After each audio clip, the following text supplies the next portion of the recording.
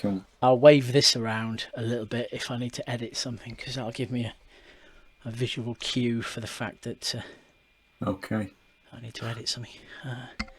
Right, so yes, good afternoon, everybody, which means I'm going to have to put this out in the afternoon, but whatever. We haven't got a jingle. Is that an issue, do you think? Claire and Andy in the morning. I think people are going to notice that you're not Claire, Matt. Fine.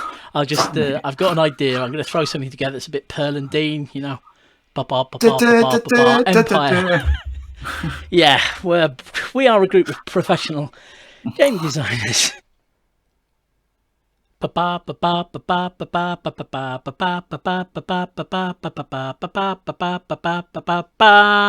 Empire. So, I've tentatively merched my mug with Hedge stuff on it, as I thought that might be we're running out of pithy 2-word titles for our videos. Okay. Yeah, because it's not really a mat chat, and RAF chat sounds derivative. So, you're here to tell us, Matt, today on the sofa, what you've been doing with yourself the last couple of weeks. Yeah. Basically, we have been doing a massive job of moving data from the wiki into the database and then back to the wiki again, which sounds absolutely nuts. It does, yes. Why is that then? So we had been storing all of our election data and all of our title data, which is absolutely crucial to Empire, on the wiki. So it was all just stored as text records on the wiki. And it was stored in a historical format. So you would see all the election results for the first event, and then you'd go to another page and it would have all the election results for the second event, and then all the election results for the third event, and so on. And what happened was, in about year 4 or 5 onwards, we created a system so that all of that could be logged through our database, so that we got much better quality data because it could all be checked and validated and so forth. Then we created systems to that data around wiki so that we keep things the way they were. But what happened was, once we realized, well, we weren't going to get any events done. We've been basically, jobs that we've been putting off for years have started being done. So I got the Wiki Contributors to go and compile all the election data from like the first 5 years of Empire, which took forever. That was a huge job, but they just who are did the an Wiki amazing Contributors? We have a little team of eager beaver volunteers who help us keep the wiki. The everyday stuff they do is proofing, grammar, spelling, and removing gendered terminology where it's not appropriate. So changing his to there or whatever. So yeah, mostly they come along behind you and me cleaning up after our mess. But then occasionally we'll ask them to do a big job. So it'll be like, can we go through 100 pages and filter out all of this data? And so that's what they did. They filtered all of this data. And then Eleanor spent, I don't know how long, manually entering it all into the database. So we got all the data off the wiki and into the database. And then that meant we were able to spit it all out back onto the wiki in a format that will hopefully be much more useful to players. So that's the bit of it that players can see of what we've done. So you've it's one of those icebergs where we've done a huge amount of work to produce a tiny little result that is visible. But effectively, if you go to any title page on the wiki now, so if you look at the Cardinal of Courage, or if you look at a territory page where for Morrow, then it will show the Cardinal of Courage page will show you the current Cardinal of Courage and all the previous Cardinals of Courage. All those recent elections ever since the game started are in a neat little table at the bottom. It'll tell you when the next election is, and so forth. And through the magic of technology, you can also find out things like cardinals and senators and who has the title currently, if that's all you're interested in. Yes. On some of the pages like Cardinal or Grandmaster, I think is the other one that's got it.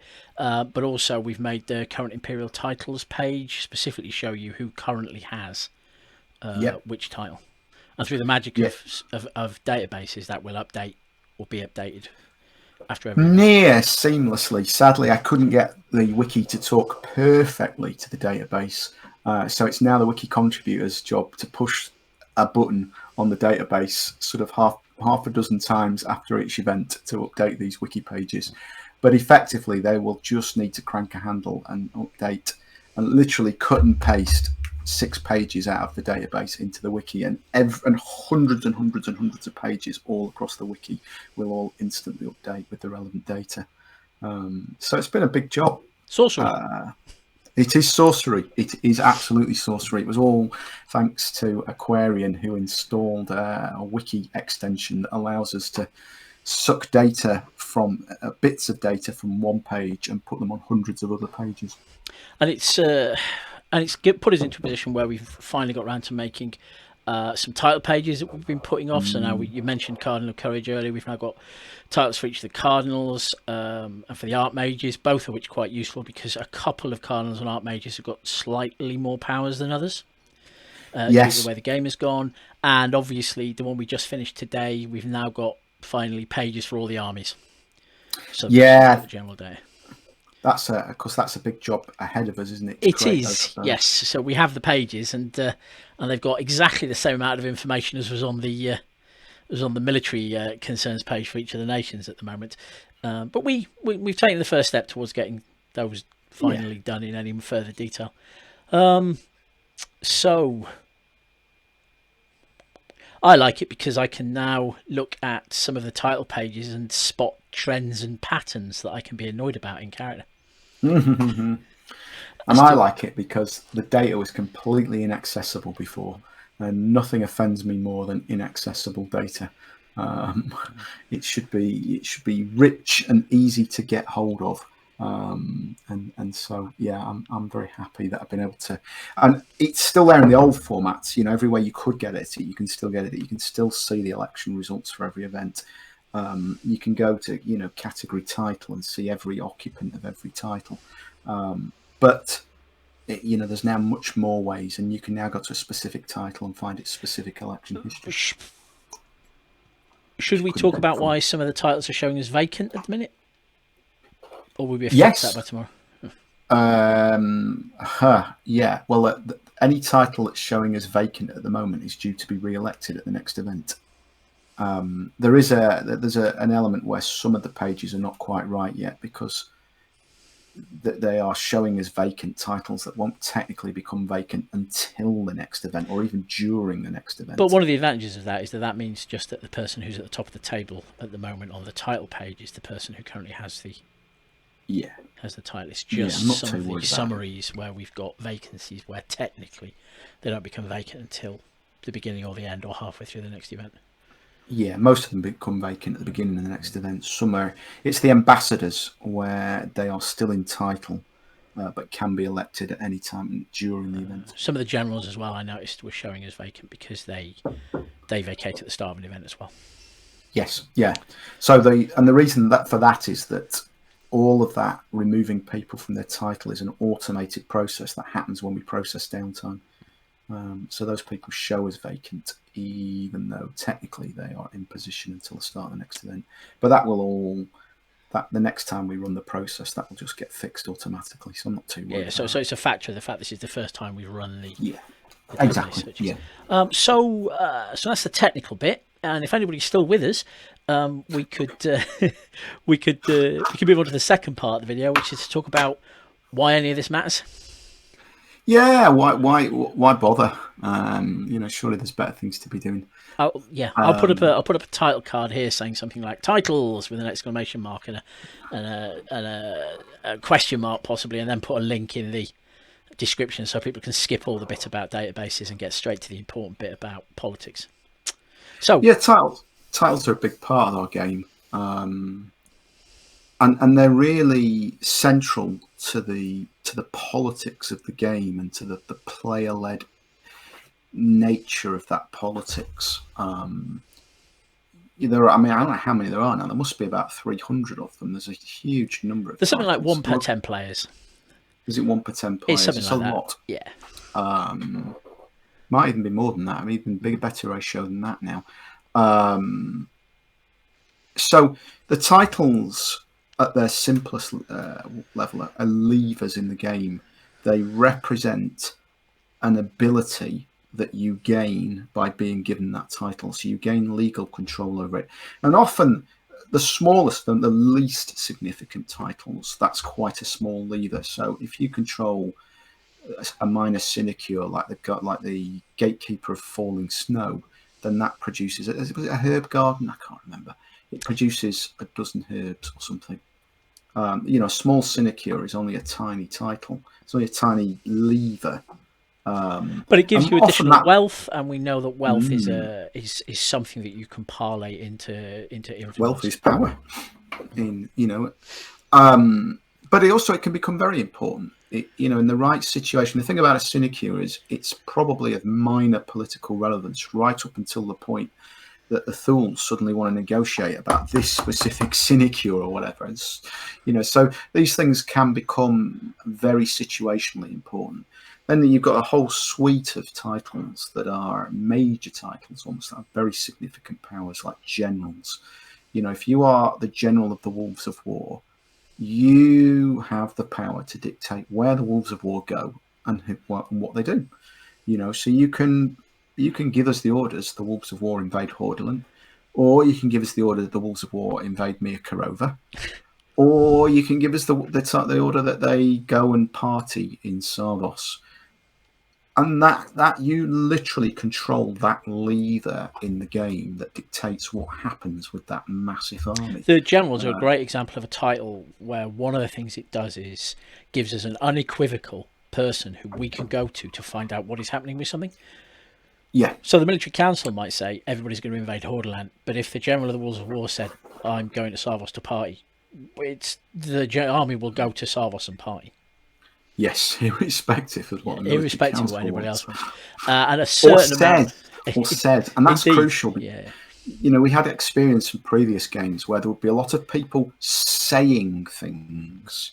A lot of people would say, "Oh, this is happening," and it would be incredibly difficult for us to identify who was right, who was the decision maker, or who should be the decision maker, and how we should determine what was going to happen. And so Empire was built off the experience of that. Instead of having people say things, we would create a lever, create a title that went with it, and then we'd be like, we'll just, whatever that person says happens to that lever is what happens to that lever. And you see it on a broader scale with powers wielded by places like the Synod and the Conclave. So in a way, the Houses of Power are just like big communal titles who have weird votes about what their title does, whereas a title is a single person who definitely has the ability to make a decision. And the whole base of our politics is partly around who can tell us what is happening and how they do that. Yes. Yeah. And it's one of the reasons, for example, that a common thing you can do with a title is take a power that belongs to someone like the Conclave or the Senate and give it to one person. Yeah. The obvious one of the earliest titles we had was Minister of Historical Research or Imperial Quartermaster, both of whom have become differently but very influential positions in the game. Yeah, yes.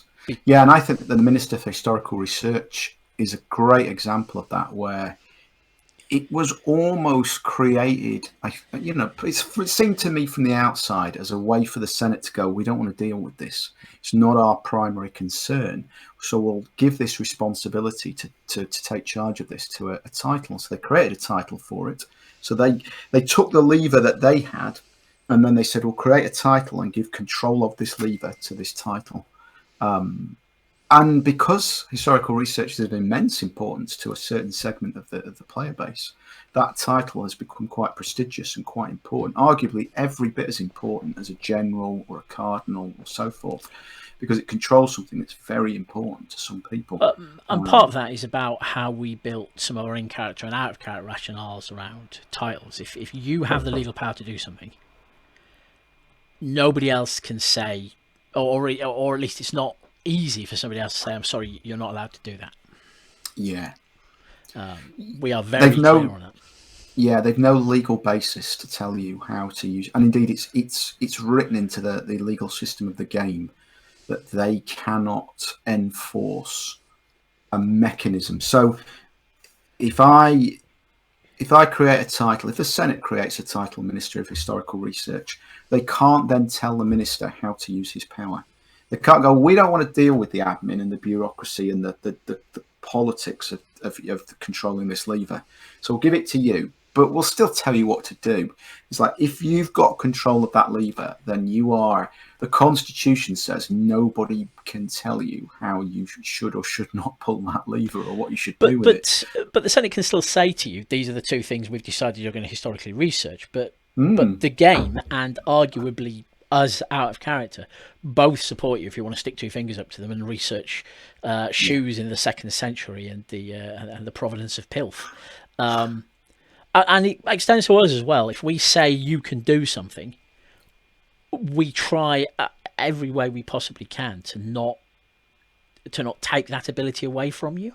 Yeah, to not tell you how to do it or what to do with it. There might be unexpected repercussions for things, or we might have to, after the fact, say that has happened, but we're going to look at changing things because that's not sustainable, or it turned out to be about 50 times more work than we're expecting, what have you. But as much as possible, if somebody has said, you've got this power, we build around the idea that your power will work if you use it.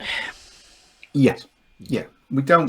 We try and structure the powers so they'll work within within the framework of the game we're building, so that, I'm going to touch wood here, but in theory, anything that you should be able to legitimately do in character, you should be able to legitimately do out of character. And if you can't legitimately do it out of character, profound decisions, have made a mistake somewhere. So a good example would be if you look at the field marshal, and players it wasn't totally popular when we made this clear. The field marshal doesn't have any ability to tell players what to do on the battle. They can lead, but they can't command. They can say, we're going this way, who's with me? But they can't say, right, everybody's got to go and charge those orcs. And we do that because we know that kind of commanding and ordering people doesn't really work in a LARP game. It's not people don't turn up at LARP to be commanded and told what to do. You turn up at LARP so that they can be a hero who decides themselves. So there's no titles in the game that give you the ability to tell other people what to do, which, if you think about it, is very starkly different to the real world, when many titles in the real world give you the ability to tell other people what to do. Certainly in the military, in the police, in the fire service, titles that let you tell other people what to do are pretty normal in the real world. But because Empire is a game of heroes, because it's a live role-playing game and not a true reality simulator, it's built with rules that are compatible and sympathetic to the environment that it's supporting. But we've talked a lot about levers and how they make you powerful and important, but that is only a foundation for the real purpose of titles, which is to make people hate each other. Yeah, I mean, the thing is that the joy of once you know, and one of the things the wiki is designed to do is to try and show you every lever in the game. What we didn't want is to think, well, how does an army get its orders? I've no idea. If you go and spend 5 minutes Googling how do armies get moved around in Empire, or talking to people on the Facebook, but poking our wiki primarily, hopefully you're going to get the answer to that pretty darn quick. Every army has a general. That general submits the orders. They can submit anything they like.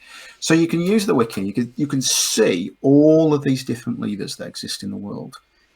And the first instinct the player has is, right, I want to control that lever, so I need to have that title. And that's a really legitimate way to think. And a lot of the game is designed to encourage you to be ambitious and politic and try and get those titles.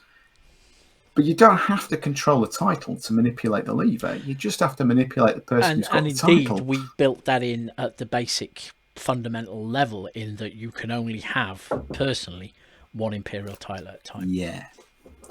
And I expected some kickback actually around that. We put sort of really big neon signs up going only one title, because we really expected that to be a fight.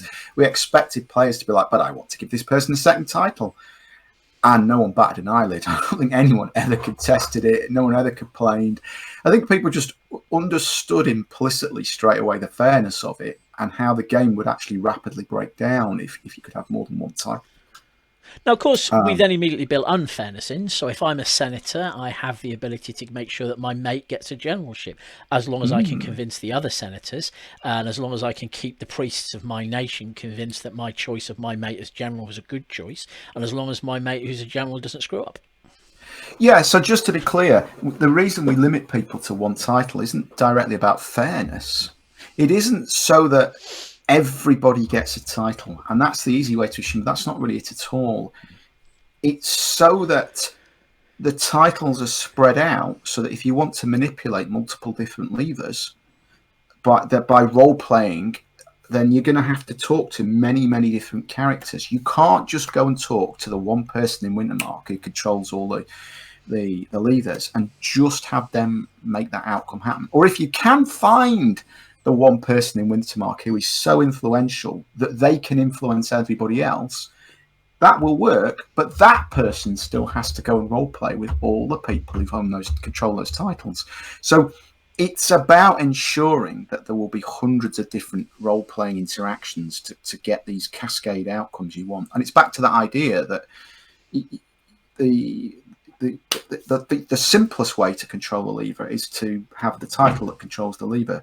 But the secondary way to do it is simply to role play with the person who controls the lever. And once those levers are spread out, then that's hundreds of different. Especially if what you want to do with that lever is something dubious or that somebody else might not approve of, because then obviously the repercussions of that don't hit you. You manage to keep your hands and boots clean, and you can join in the torch wielding mob that has gone after the cardinal or the general or the archbishop, who you've got to do things.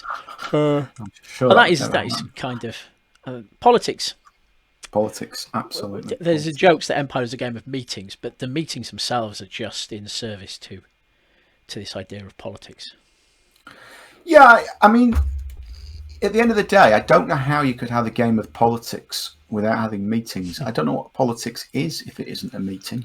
If it isn't two people stood around talking. What would politics look like? It'd be like saying, all those battles in Empire, they just consist of people fighting. There's loads and loads of people fighting. When are PD going to run a battle that isn't just about like loads of people fighting and casting spells at each other? You'd be like, what would that even look like? Politics looks like people talking. That's what it looks like. I don't know. I might speak to Tom and Andy about the idea of a dance-off. I'm sure the skirmish team would be up for it if nobody else. Sounds very Bollywood. I like it. Well, there's a whole genre of movies dedicated to it. They're at least as popular as war movies. Yeah. But so what were we saying? We talked about that. Oh yes, and of course the changes we just made to the wiki and to the database. From a player's point of view, one of the things that they are for is letting you know who the person you can try and influence is. Yeah, absolutely. To get what you want. We're literally just talking now, weren't we, about having a twiddle where if the title is imperial, which means someone of any nation can hold it, then I will change the output so it shows you what nation the occupant is. Why? Just to help you go and find that person in the field. It makes me laugh because as soon as you said that, I immediately thought, so that we can spot trends and determine which nations are unfairly dominating which board seats. But no, it turned out to be something positive and supportive that encouraged people to do things. So it probably represents the two different directions we come from with this sort of thing. But the other thing, of course, that we've included in all of this data is we put front and centre when the title is next due to be elected. Yeah. Because the flip side of finding out who you can influence is, if you find out that the person who you think you need to do something for you is being recalcitrant or not seeing the benefits of your beautiful 5-year plan, then obviously the game supports other methods of achieving what you want, and not the casual knifing at the toilet variety either. Yes, that is that. We as we've always said, that's hopefully the very, very last resort. Yeah, so we'll tell you when the title is being elected. We'll tell you how the title is being elected. We'll tell you who is eligible for the title, how it gets appointed, and the goal there is to try and promote the election so that people understand when they are and can use that information in game or between events to plan what they're doing and think, let's put pressure. This person's coming up for election. If you look at a senator. and this happens again. I talk often about how like the real world empire is, and it is scary. If you look at the American senatorial election systems, they elect their senators over a 6-year period. And we often joke in Empire that one event is a bit like a year of real time. So there's actually a degree of similarity between an imperial senator and an American senator. The thing about a 6-year senatorial election is that the amount of political pressure that you can put on an American senator is directly proportional to the length of their remaining term. When they're just brand new elected, they don't give a damn because 6 years is a long way away. And they could be very principled. And if you sort of go, well, we won't be donating to your re-election campaign, or we won't be supporting you, or we'll be trying to raise votes against you, or whatever, they could tell you to get stuffed. When it's 6 months away from their next election, senators become very, very focused on maximising their votes and maximising their support. So the point is, you can look at a senator in Empire, or you can look at any title that's due for re-election, and you can look at the length of time remaining until that person gets re-elected, and it tells you something about how vulnerable to political pressure that character is. It tells you how vulnerable that role is. Someone who's being re-elected at the next event is much more vulnerable in that period until they get their title or don't get that title to influence. Let's put it positively and say the word influence.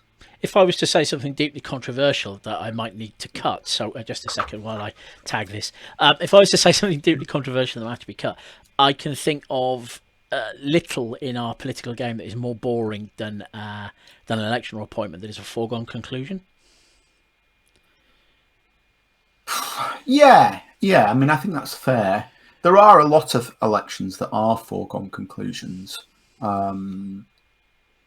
Just like there are in the real world. And again, the problem with Empire is it simulates reality all too well. In a fantasy novel, in a fantasy genre setting, in a make-believe story, the only elections, the only politics that takes place is gripping, edge-of-your-seat stuff where you've no idea what the outcome will be until afterwards. If you look in the real world, hundreds of elections take place where nobody is in any doubt of any kind what the result is. And I'm not talking about Lukashenko getting 80% of the votes because his people are counting the votes. Apparently they said to him, we thought we'd do 75% this time. And he said to them, no, I want 80%. So 80% was what he got. I'm not talking about that. I'm talking about, if you look at British elections where many of the seats are safe seats. So in the real world, many elections are boring. But if you've got a realistic game set up, you have to have a load of elections which are foregone conclusions so that 30% of them can be nail biters. 30%, so you can't. The idea is, if you were writing this, if this was all being written by a set of writers, every single election would be a nail biter. Every single outcome would be utterly unpredictable until it was determined. But because we don't operate, because it's an emergent narrative that comes out of the interaction of people, a load of stuff is foregone conclusions, and a load of stuff is like, oh my God, I didn't expect that. But I think the key for you and me, Andy, is we as the game organisers don't know what the foregone conclusions are. There's another element to it, of course, which we again built in. It's most obvious, I think, in the conclave, but it's also obvious to a degree in the Senate and the Synod, and in the military council. We built in ways to remove people from their titles. Yeah. Ways that often don't relate directly to how they're appointed. So I'm obviously thinking of the Synod's ability of revocation, for example. There's the fact that exists, but more importantly, that it exists on a transparent, obvious mechanism. If somebody raises a judgment of revocation and it gets the required number of votes to pass, the person it is aimed at loses their title. Now, they might still get reappointed, fair enough. It's not just a numbers exercise. You need to engage in the political role-playing to change the outcome of the election. But unlike in the real world, it is much trickier for people to ignore the checks and balances that we've built into the game. That's a controversial thing to say, unlike in the real world. Well, okay, sorry, I'll wave my little orange piece of paper, so I've got a visual tag to delete that if the lawyers. No, I think it's fine. Controversial, but fine. Yes, in our system, you can't. If the synod revokes you, you can't ignore that. You might be able to get yourself re-elected, but you can't simply pretend it hasn't happened. I like the fact, incidentally, that if you are re-elected, you can't be revoked again. You are now in for the remainder of your term, and I like to imagine that might cause some people to think twice. I wouldn't think twice if I was a cardinal, and I was looking at the potential to. Oh no, sorry, not the revocation, the reinstatement. Oh, I see. No, I don't think that's how people work. Maybe not, but we've had at least one good example, I feel, in recent politics of somebody who was subject to a judgment of revocation and then was immediately put back into position and then maybe went a little bit more crazy than he had been previously. Yeah, for sure. It's not to suggest it isn't a bad idea, that you should think about it carefully, but the nature of human beings is that we're highly partisan. So if you don't remove someone's power base, if you revoke them without removing their power base, the power base that elected them is going to re-elect them. You have to remove their power base and revoke them.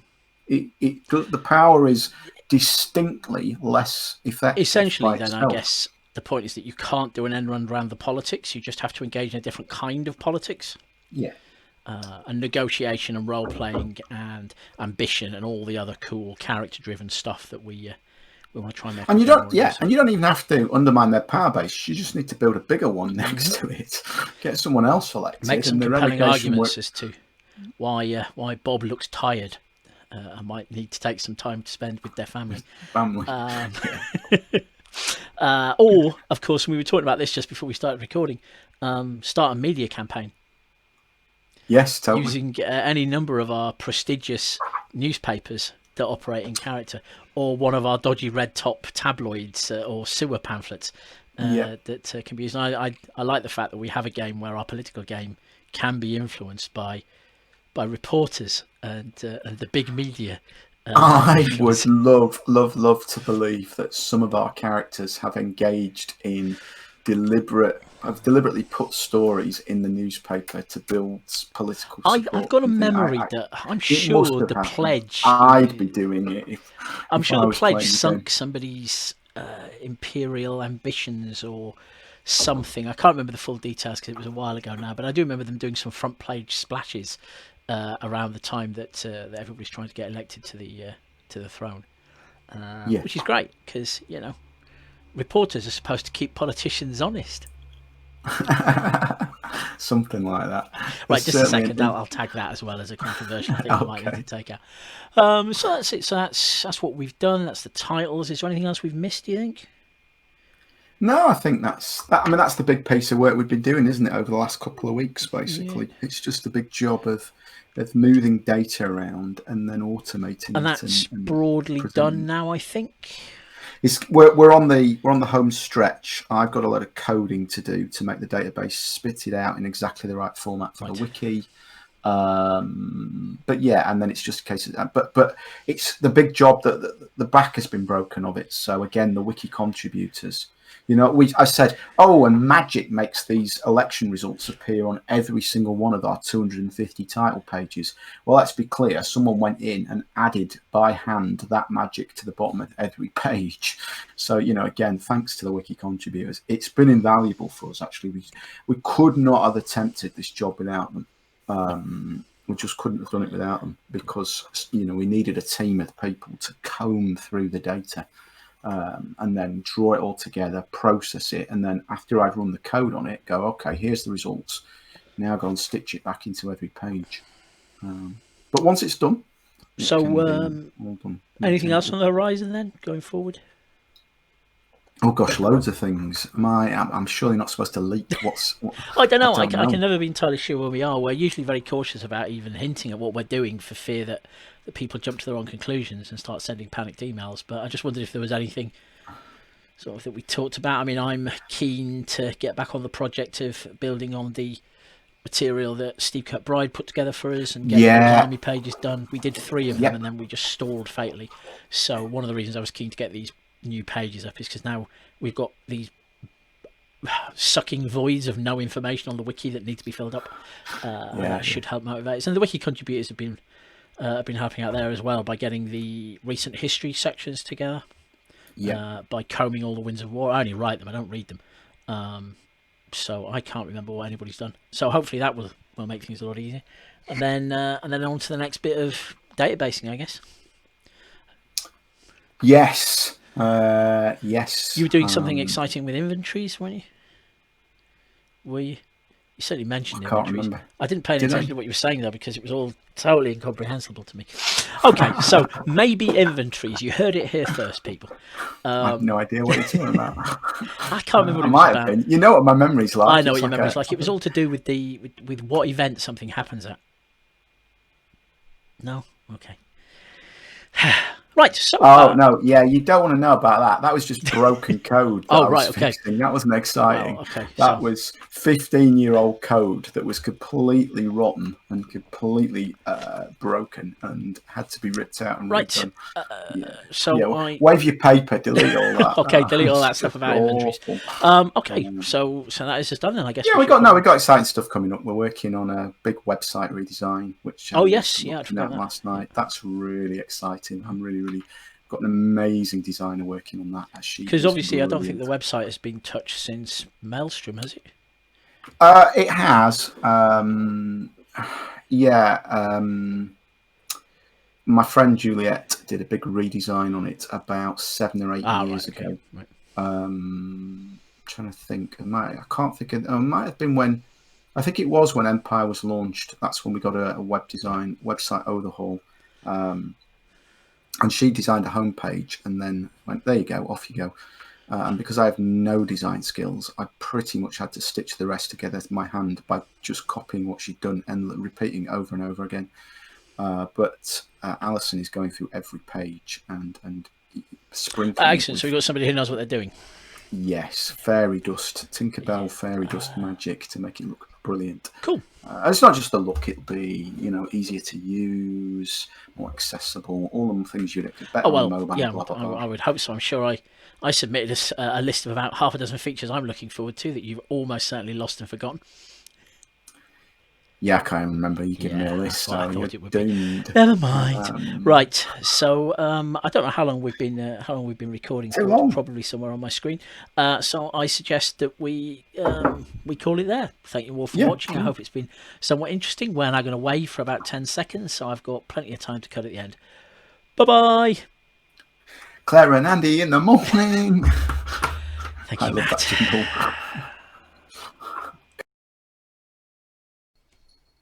That